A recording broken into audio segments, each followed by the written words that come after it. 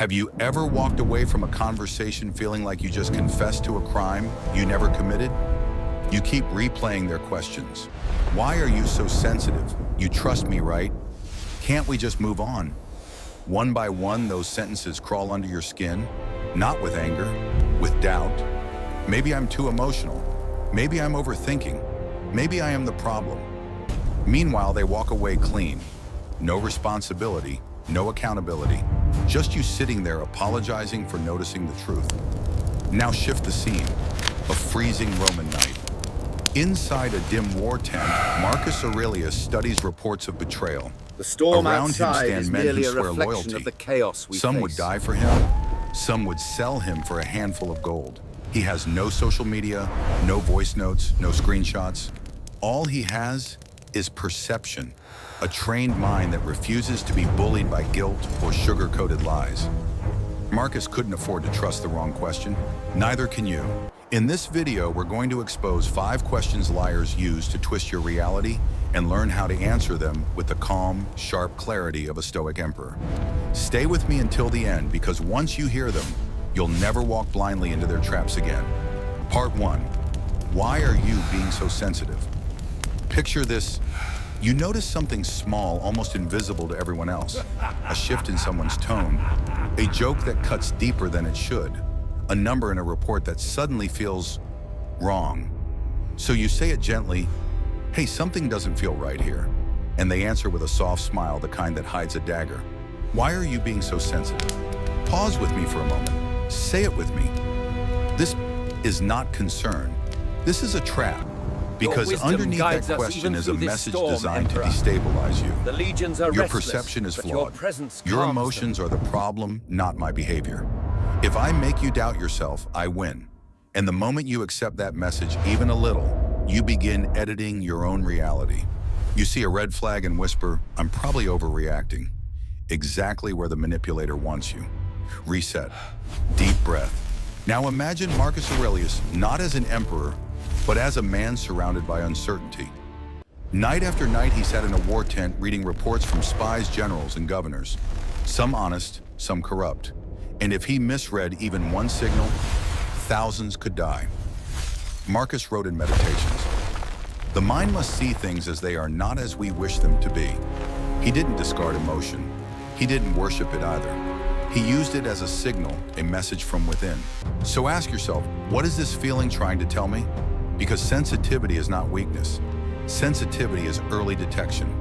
Every airplane in the world uses early warning sensors. No one calls those weak. Your emotional awareness is the same technology built into the human soul. Here's your Stoic line, the one that flips the power dynamic instantly. I'm not being sensitive. I'm paying attention. Can you tell me exactly what you disagree with in what I said? This forces the liar into the light. Facts, not feelings. Truth, not guilt. Say it with me again. Awareness is a strength, not a flaw. Quick exercise you can use today. For the next 24 hours, every time you feel too sensitive, write down the trigger and score it from 1 to 10. Later, you'll notice a pattern. Your instincts were right more often than you thought. Now, if this is how liars twist your sensitivity, wait until you see how they twist your loyalty. Let's move to question 2. You trust me, right? The most dangerous question wrapped in sweetness. Part 2. You trust me, right? Let me take you into another scene. You're reviewing a business deal. The numbers don't quite match. Or maybe it's late at night and your partner's story doesn't line up. So you ask a simple, reasonable question. Can I see the numbers? Where were you earlier? And instead of clarity, instead of transparency, you hear the softest trap in the liar's toolkit. You trust me, right? Say it with me. This is not an invitation. This is a command. A command wrapped in honey. Because the hidden message is, if you don't trust me immediately, you're disloyal. If you ask for evidence, you're attacking me. Good people don't check. They just believe. This is emotional blackmail disguised as affection. Reset. Deep breath. Imagine Marcus Aurelius sitting with one of his provincial governors. The governor smiles, bows, and says, "Caesar, surely you trust my decisions in the East, don't you?" If Marcus answered, "Of course, do whatever you want," the empire would collapse within months. Because trust, real trust, is never demanded. It is earned brick by brick through consistent action. Stoic philosopher Epictetus said, "If you want to be wise, never assume you already know." A Stoic never replaces judgment with blind faith. Caution is not betrayal. Caution is wisdom. You see, liars fear your questions not because the questions are aggressive, but because answers expose truth. Clarity is their enemy. Your reset moment, breathe with me. You are not disloyal for asking, you are responsible. Here's your Stoic line. The one that gently pulls the mask off, I want to trust you. That's why I'm asking questions. Real trust is built with clarity, not pressure. This line disarms manipulation instantly. It places the responsibility back where it belongs on their actions, not your guilt. Practical exercise for the next 24 hours. Before agreeing to anything important, ask yourself, am I trusting this person because of consistency or because they pressured me to trust them? Write it down. Patterns will appear. Now remember this, every scam ever recorded from ancient Rome to the $5 billion lost in online romance scams last year begins with one psychological move forcing trust before earning it. Danger doesn't start with lies. It starts with shutting down your questions. Which brings us to the next tactic liars use. The moment they feel cornered, the moment truth gets too close, they flip the script. They put you on trial. And they ask, are you accusing me of something? Let's move to part 3, the tactic manipulators use when they fear exposure the most. Part 3, are you accusing me of something? Picture this moment. You notice something strange. A number missing from the budget. A story that doesn't match what you heard yesterday. A small detail, tiny but sharp, cuts your intuition like a blade. So you ask gently, hey, this doesn't seem to add up. Can we go through it together? And instantly the air shifts. Their eyes tighten. Their voice sharpens. Then comes the counterattack disguised as a question. Are you accusing me of something? Pause. Reset with a breath. Because this is where the liar's game becomes beautifully visible. This question is not meant to get an answer. It's meant to flip the roles. In 1 second, you go from observer to defendant. They push you into defense mode. No, that's not what I meant. I'm not accusing you of anything. Maybe I misunderstood. And just like that, the original issue evaporates under a flood of your apologies. Say it with me. This is not confusion. This is strategy. Guilty people don't run from evidence first. They run from questions. Reset. Now imagine Marcus Aurelius questioning a general suspected of mishandling supplies. The general knows the consequences. So he stiffens, narrows his eyes, and says, are you accusing me of treason? Caesar, a weak leader, would panic. A fragile ego would rush to soothe the tension. But Marcus Aurelius wrote, the best answer to anger is silence. Not fearful silence, strategic silence. Silence that refuses to be controlled emotionally. So the Stoic emperor holds the pause. 1 breath, 2, 3, because in the space of silence, truth reveals itself. Here is your Stoic line, sharp, calm, unshakable. I'm asking questions. Should I be accusing you of something? No sarcasm, no fire, just clarity. This line does 2 powerful things. It refuses the frame they're forcing on you. It puts their behavior, not your tone, back at the center. Remember, honest people explain. Liars react. Practical exercise for the next 24 hours. If someone becomes defensive when you ask a neutral question, rate their reaction from 1 to 10. Then ask yourself, was their reaction proportional? Or revealing patterns will emerge? And here's a data point worth remembering. In studies on deception, guilty individuals become 3 times more defensive than innocent ones when confronted with mild questions. Defensiveness is rarely a shield. It is a spotlight. Reset, breath in, breath out. Because the next manipulative question isn't just defensive. It's theatrical, emotional, a performance designed to make you feel guilty for seeking the truth. The manipulator tilts their head, places a hand on their chest, and asks, would I ever lie to you? Let's move to part 4, where guilt becomes their greatest weapon. Part 4. Would I ever lie to you?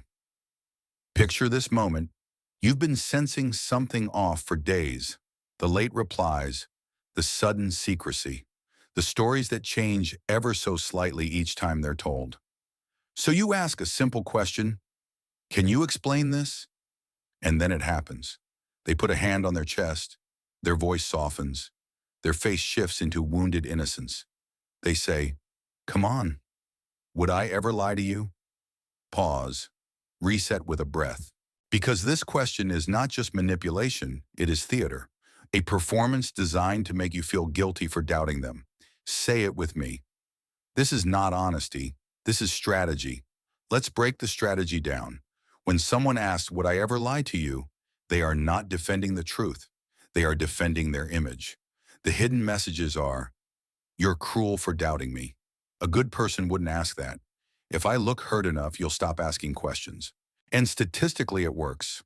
In studies on deception psychology, 78% of people back down when confronted with emotional guilt, even when their intuition was correct. But not the Stoic. Reset again. Now imagine Marcus Aurelius confronted by a senator accused of corruption. The senator leans forward and pleads, Caesar, would I ever betray Rome? Marcus would not melt at the sight of trembling hands or emotional theatrics. He wrote, if it is not true, do not say it. If it is not right, do not do it. A Stoic understands a truly honest person is never offended by scrutiny. They welcome questions because transparency protects the innocent. Liars, on the other hand, hide behind emotion because facts would condemn them. Here is your Stoic line. Calm, razor sharp, impossible to manipulate. Anyone can lie. What matters is whether your words and actions match. I'm not asking for emotion, I'm asking for clarity. When you say this, the performance collapses. Because liars rely on fog, your clarity becomes their enemy. Let's anchor this with a real-world example. In 2022, a major financial fraud case was exposed when an employee refused to accept the line. Would I ever lie about the numbers? She compared 3 months of statements and uncovered $41 million missing. Guilt is a powerful drug, but clarity is an antidote. Practical exercise for the next 24 hours. Choose one relationship, personal or professional. Look at the last 5 times you asked a question. Did the other person respond with transparency or emotion? This pattern reveals everything. Reset. Deep breath. Because the next question liars ask is the final move on the chessboard, the desperation play. They don't defend. They don't deny. They don't perform. They escape. They sigh and say, can't we just move on? Let's move to part 5, where we uncover why rushing to move on is the most dangerous manipulation of all. Part 5. Can't we just move on? Imagine this moment. The truth is finally on the table. You've gathered the evidence. You've asked the questions. You've stayed calm, steady, stoic. And now the manipulator knows they're cornered. No more sweet words. No more emotional performances. No more clever deflections. Only exhaustion. They exhale, slump their shoulders and say, can't we just move on? Why keep talking about this? Pause, reset with a breath. Because this is the final move on the manipulator's chessboard, the desperation play. On the surface, it sounds peaceful. It sounds mature. It even sounds noble. Let's focus on the future. But the truth, this is not about healing. It's about escaping. Say it with me. Moving on without clarity is not peace, it's silence. Let's break the trap apart. When someone says, can't we just move on? What they really mean is, I don't want accountability. I don't want consequences. I'm hoping you're too tired to continue. And statistically, 65% of people do give up at this stage according to conflict resolution studies, not because they forgive, but because they're exhausted. And exhaustion is the manipulator's greatest weapon. Reset. Deep breath. Now imagine Marcus Aurelius facing a general who lost an entire battalion due to negligence. The general lowers his head, sighs, and says, let us move on, Caesar. The past is behind us. Marcus would not simply move on. He wrote, if it is not right, do not do it. If it is not true, do not say it. Notice he never added, unless it's uncomfortable or unless someone wants to avoid responsibility. For a Stoic, truth has no expiration date. Ignoring a wound does not heal it, it infects it. So here is your Stoic line, the anchor that protects your peace. I want to move on. But real peace requires understanding and honesty. Let's fix this before we continue. This sentence is powerful because it shows maturity. You do want resolution. It sets a condition clarity first piece. Second, it blocks the manipulator from using your empathy against you. Now, a quick exercise one I recommend you do tonight. Write down a situation where someone pushed you to move on. Ask yourself 3 questions. Did things ever get resolved, or did the problem simply get buried? And did it return later stronger? Most people discover the same truth. What isn't faced repeats. Reset one last time. Inhale, exhale. You now know the 5 questions liars use to twist your reality. Why are you being so sensitive? You trust me, right? Are you accusing me of something? Would I ever lie to you? Can't we just move on? Each one is a move on the chessboard. But remember, you are not a pawn. Like Marcus Aurelius, you can sit in the middle of chaos, lies, pressure, guilt, and remain calm, clear, unshakable. You are not cruel for wanting truth. You are not weak for noticing deception. You are not too sensitive for seeing what others ignore. You are simply awake. And in a world full of fog, the awake are hard to control. If this message resonates with you and you want more Stoic tools to make life better every day, tap like so this message reaches more people. Subscribe to Making Life Better for more Stoic wisdom and life mastery. And in the comments write one word: unshakable. Because that's where freedom begins, with a mind no one can manipulate.